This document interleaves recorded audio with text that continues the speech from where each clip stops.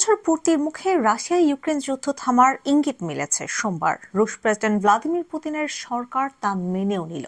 ক্রেমলিনের তরফে জানানো হয়েছে, ইউক্রেনের যুদ্ধ থামানোর প্রস্তাব নিয়ে মঙ্গলবার সৌদি আরবে ওয়াশিংটন মস্কো উচ্চ পর্যায়ের প্রতিনিধি স্তরের বৈঠক হবে।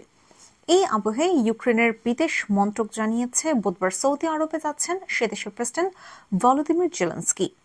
সেখানে আমেরিকান প্রেসিডেন্ট ডোনাল্ড ট্রাম্প এবং পুতিনের সঙ্গে দ্বিপাক্ষিক বৈঠকে সামিল হতে পারেন তিনি। প্রসঙ্গত, রবিবার রাতে ট্রাম্প জানিয়েছিলেন, ইউক্রেন যুদ্ধে ইতি টানতে পুতিনের সঙ্গে ফোনে কথা বলেছেন তিনি।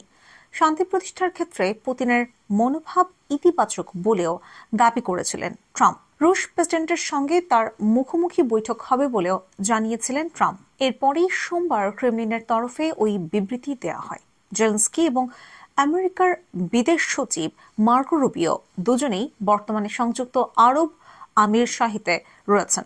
সৌদিতে আমেরিকা রাশিয়া বৈঠকে তিনি হাজির থাকবেন বলে ট্রাম্প প্রশাসন সূত্রের খবর। প্রসঙ্গত, 2024 সালের 24 ফেব্রুয়ারি পুতিন ইউক্রেনের বিরুদ্ধে সামরিক অভিযানের কথা ঘোষণার পরেই দুপক্ষের যুদ্ধ শুরু হয়েছিল। পুতিনের সঙ্গে ব্যক্তিগত সমীকরণে ভর করে ট্রাম্প তাতেই ইতি টানতে পারেন কিনা তা নিয়ে রয়েছে কৌতূহল।